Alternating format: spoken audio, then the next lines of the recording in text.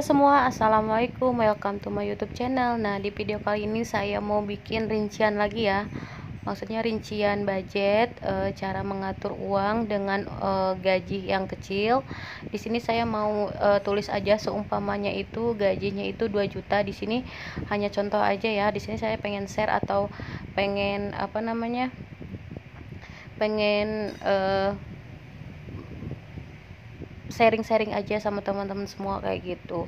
Nah, di sini saya mau catat, pokoknya diusahain harus bisa nyatet. Ini juga saya belajar dari awal, dari nol, yang emang kalau misalnya ada yang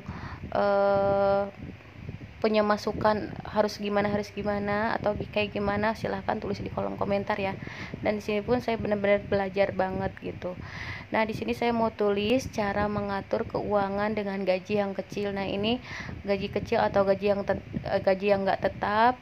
Di sini saya tulisnya aja, contohnya itu 2 juta rupiah ya. Pokoknya buat teman-teman semua ikutin terus video ini, tonton sampai selesai, tolong jangan skip-skip ya.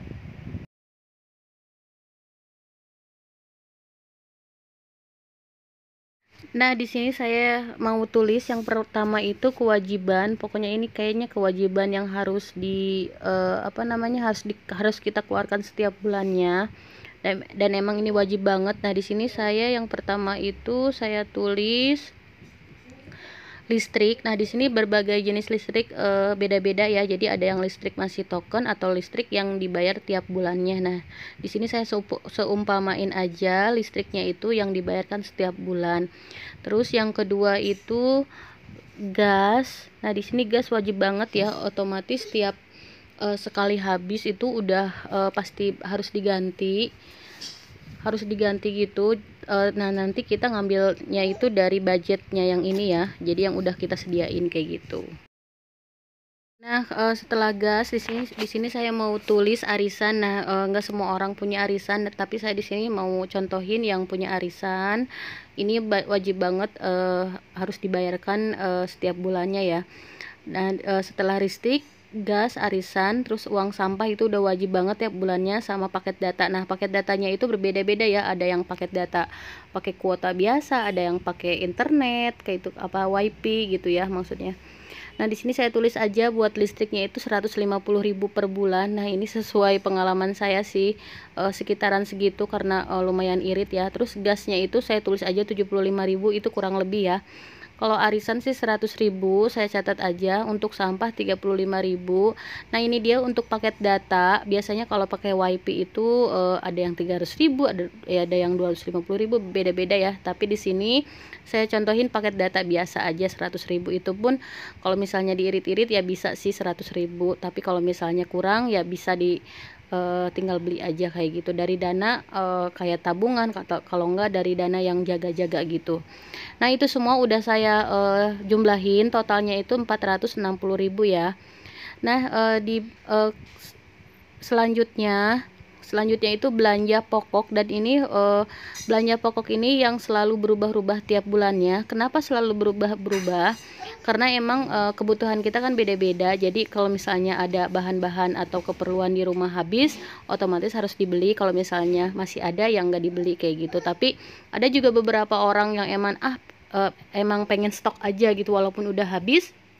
Maksudnya walaupun masih ada tapi pengen stok aja, jadi jaga-jaga juga. Tapi nggak apa-apa, di sini kan tiap orang berbeda-beda ya kebutuhannya. Nah, di sini saya mau tulis beras, minyak, pempes, uang jajan, uang jaga-jaga. Nah, di sini kalau misalnya yang anaknya udah besar-besar, otomatis pempes itu dicoret ya, nggak ada. Tapi di sini saya buat contoh aja. Nah, terus uang jajan masuk ke pokok aja biar ada uang. Jadi ada uang buat istilahnya jaga-jaga, bukan jaga-jaga sih, buat jajan lah, terutama kalau misalnya punya anak kecil tuh buat uang jajan anak kecil gitu ya. Terus di bawahnya juga perlengkapan mandi kayak gitu ya. Nah, di sini berasnya itu saya tulis aja 100.000.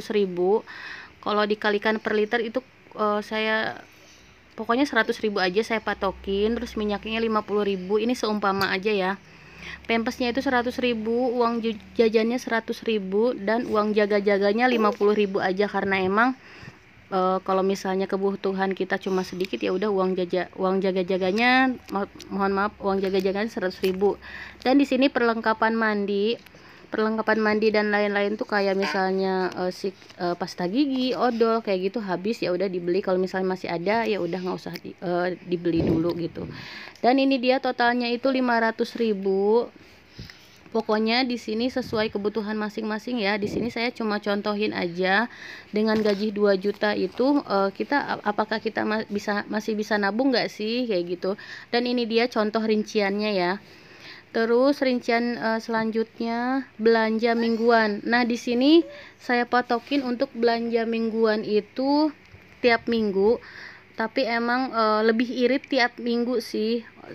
Dan kalau misalnya belanja itu diusahain di pasar, jadi sekalian gitu buat 1 minggu ya. Tapi kalau misalnya nggak memungkinkan, ya udah nggak apa-apa di tukang sayur dekat rumah, itu nggak apa-apa sih. Yang penting budgetnya itu kita patokin aja 100.000 untuk 1 minggu. Di sini saya seumpamain misalnya untuk 100.000 itu untuk 3 orang. Kalau misalnya untuk 10 orang ya pasti nggak cukup dong gitu. Berarti budgetnya harus ditambahin lagi. Dan di sini pun dan lain-lain, saya tulis dan lain-lain itu kayak misalnya ada tambahan apa gitu, ya udah saya patokin aja 450.000 ya totalnya.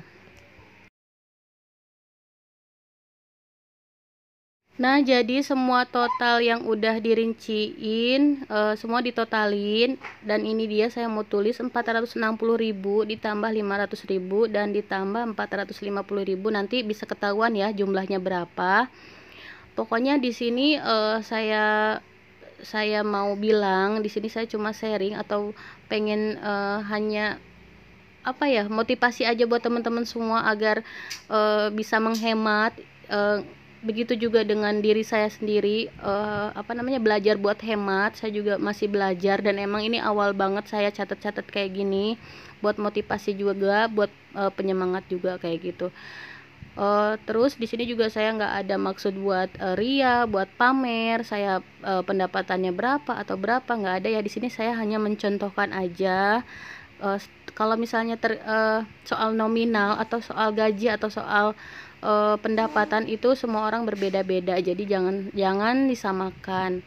Nah, di sini udah saya totalnya itu 1.610.000, berarti sisanya itu tinggal 390.000 ya. Ini dengan uang 2 juta itu kita udah beli kewajiban, udah bayar kewajiban, udah beli kebutuhan pokok, udah beli udah sediain, udah ngerencanain biaya buat belanja mingguan gitu.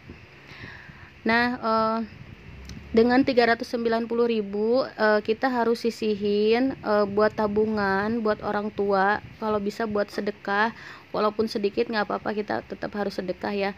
Nah, di sini saya tabungan itu saya patokin 200.000, 100.000 juga nggak apa-apa sih buat orang tua, 100.000 buat sedekah 90.000. Loh, kok buat orang tua sedikit banget sih? Nah, ini hanya contoh aja. Kalau misalnya kita punya rezeki, apa salahnya kita tambahin atau kita targetin berapa per bulannya. Kalau misalnya kita juga kebutuhan kita misalnya masih banyak, masih harus banyak yang dibayarkan, ya udah misalnya di skip dulu juga nggak apa-apa ya. Tapi yang paling penting ini kalau misalnya sedekah, ini juga saya pengen belajar juga, walaupun sedikit harus sisihin uang untuk sedekah kayak gitu. Nah, di sini intinya kita harus Maksud saya intinya kita di sini harus membiasakan diri untuk mengatur pendapatan dan pengeluaran. Jadi semua akan terperinci gitu ya. Terus jangan lupa untuk menabung walaupun hanya sedikit, tapi kita harus belajar menabung walaupun istilahnya 1.000, 2.000 atau 3.000, sisihin aja buat menabung. Ada kata istilah sedikit lama-lama jadi bukit gitu. Pokoknya nabung sedikit lama-lama jadi banyak kayak gitu ya. Terus di sini juga nggak lupa untuk sedekah dan berbagi, itu diusahain, harus wajib. Tapi kita juga harus lihat juga kondisinya, kalau misalnya kita keperluannya masih banyak dan kewajiban kita juga harus terpenuhi terlebih dahulu, ya udah nggak apa-apa di skip, mungkin bisa lanjut di bulan berikutnya. Nah, di sini ada tambahan lagi, ini motivasi buat diri saya sendiri. Misalnya seandainya bermanfaat buat orang lain, ya syukur alhamdulillah. Jadi di sini hanya untuk motivasi, untuk sharing, untuk berbagi pengalaman, berbagi cerita kayak gitu ya. Jadi nggak ada maksud yang negatif-negatif gitu. Pokoknya harus tetap positive thinking aja. Nah, setiap orang punya pendapatan yang berbeda-beda, jangan disamakan. Jadi misalnya si A pendapatannya segini, otomatis pengeluarannya juga beda-beda. Si B misalnya pendapatannya sedikit, ya udah mungkin pengeluarannya juga sedikit juga. Pokoknya jangan selalu disamakan dan jangan selalu mencap orang kalau si A begini, si A begitu. Jangan pernah kayak gitu ya. Pokoknya kita harus tetap ikhtiar, berdoa, pokoknya menjalankan atau melakukan aktivitas yang baik gitu.